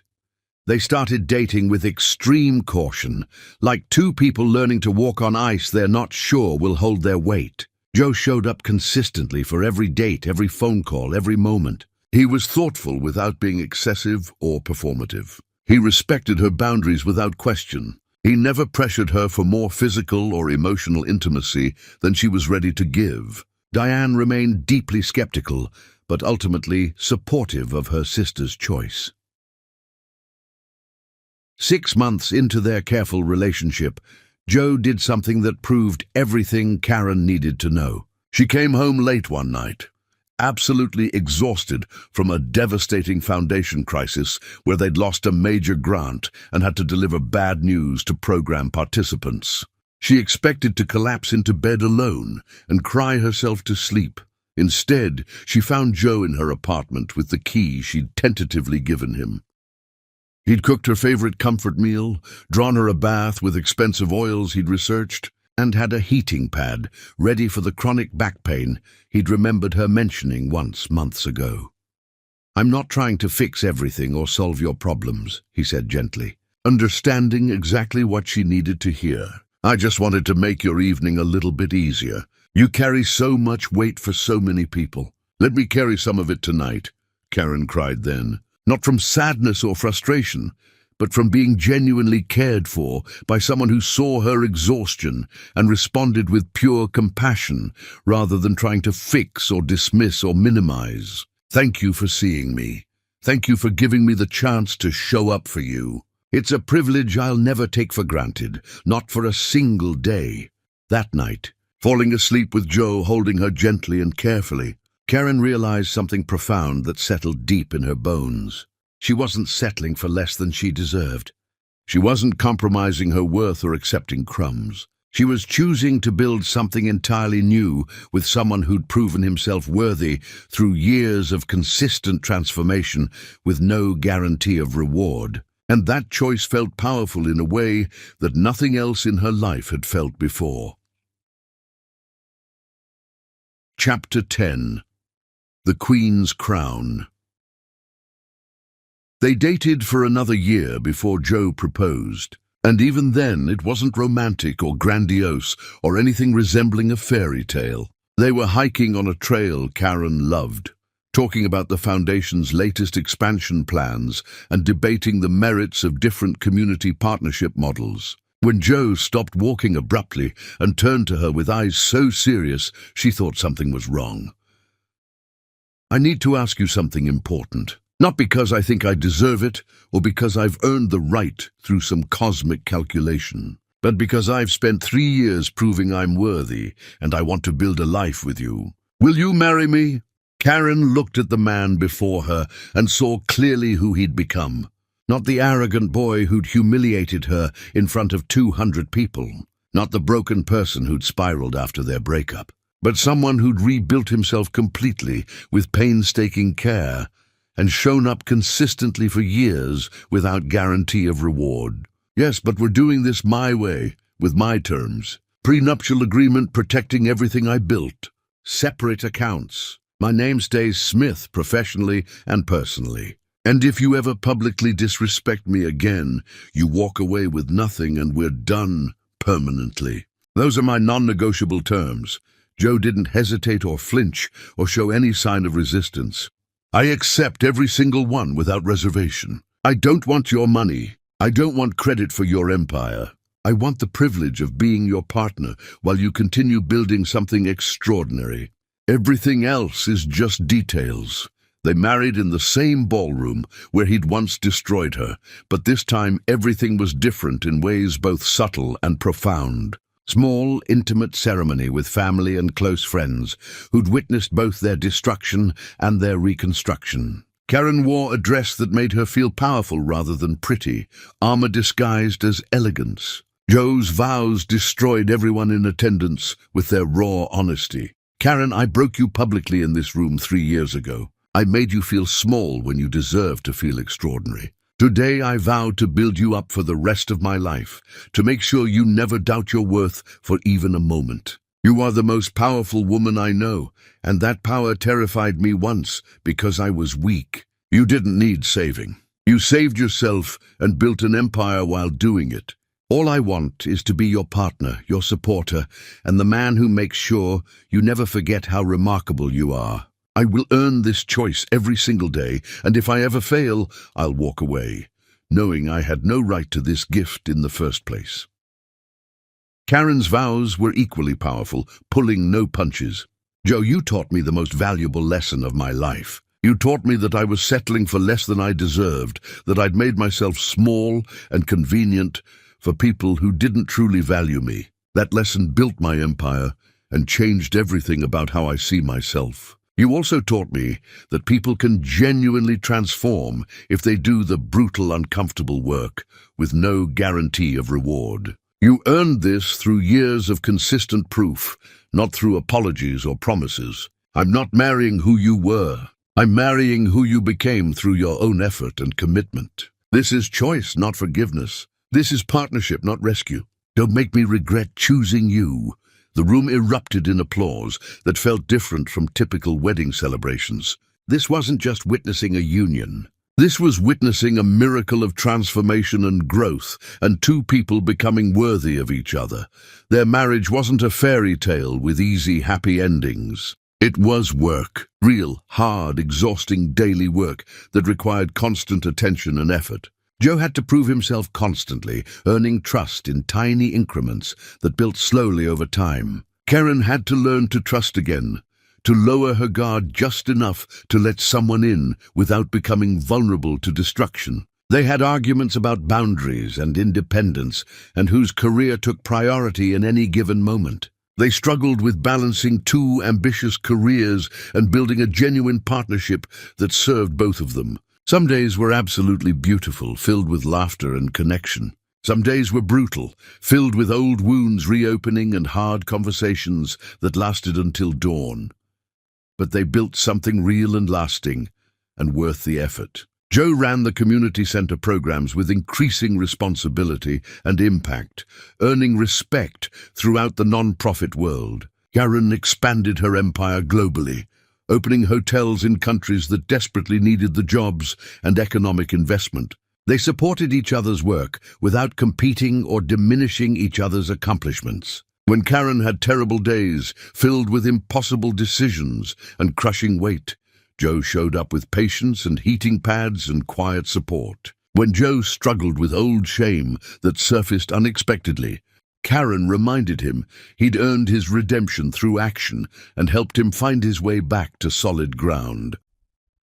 5 years into their marriage, Karen stood in her office looking at photographs from their entire journey spread across her desk. The engagement party disaster captured in a photo where her serene smile hid devastation. Her first press conference as CEO where she looked terrified but determined. The foundation launch where she'd cried while cutting the ribbon. Their wedding where they'd both looked simultaneously scared and hopeful.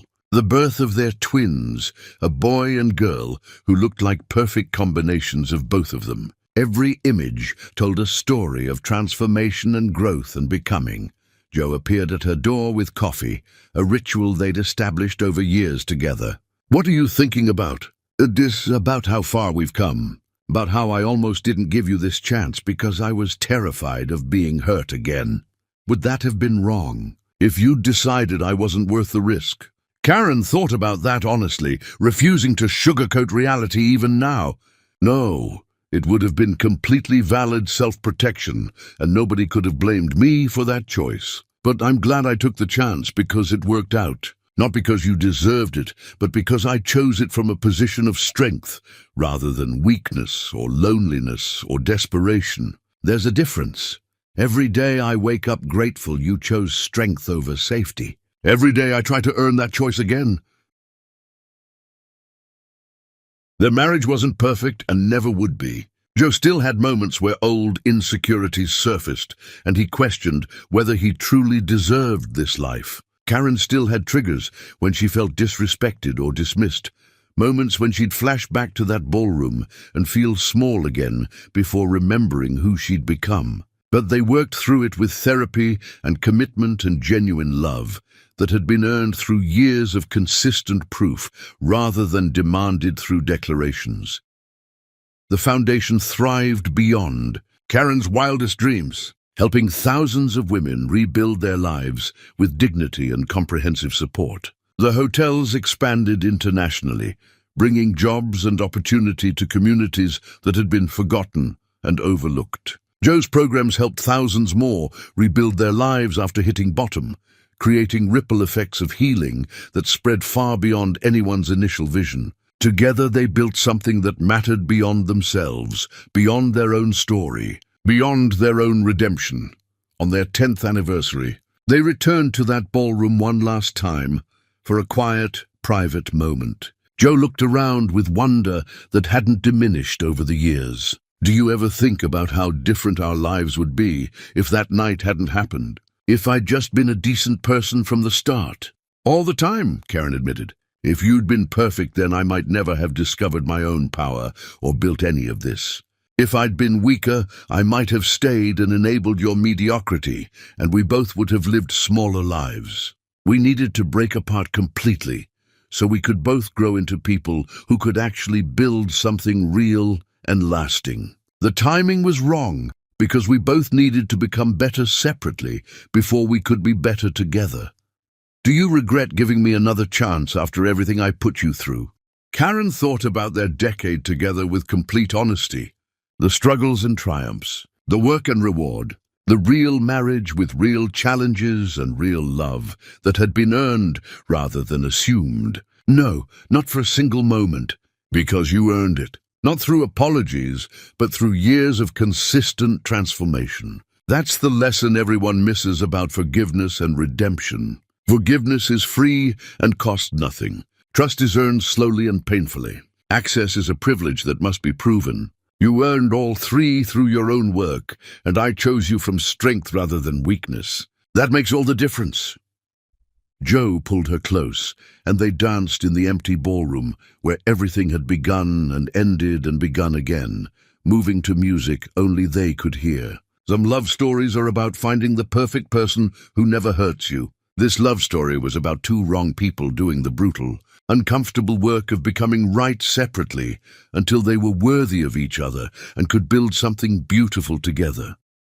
And as Karen rested her head on Joe's shoulder, feeling his heartbeat against her cheek, she smiled with the same serene expression she'd worn when walking out of her engagement party a decade ago. Because the greatest revenge wasn't destroying the man who hurt you or making him suffer in proportion to your pain. It was becoming so powerful that you could choose to love him again after he'd genuinely earned it through years of consistent proof. But only after the work was done, only when he'd proven himself completely transformed, only when you chose from strength instead of weakness or loneliness or fear of being alone.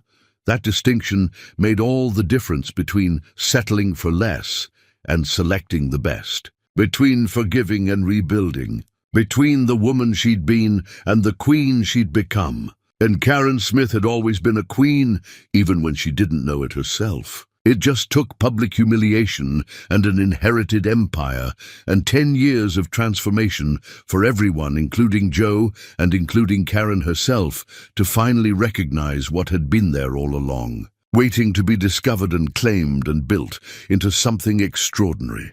The ballroom lights dimmed as evening turned to night, but Karen and Joe kept dancing, kept holding each other, kept building their love through the simple act of showing up day after day after day. Because that's what real love was. Not fireworks and grand gestures and fairy tale endings, but two people who'd been broken, choosing to become whole separately, and then choosing to build something together that was stronger than either of them alone. And in the end, that choice to build rather than destroy, to heal rather than hurt, to grow rather than stagnate, made all the difference in a story that started with humiliation and ended with a crown earned rather than inherited.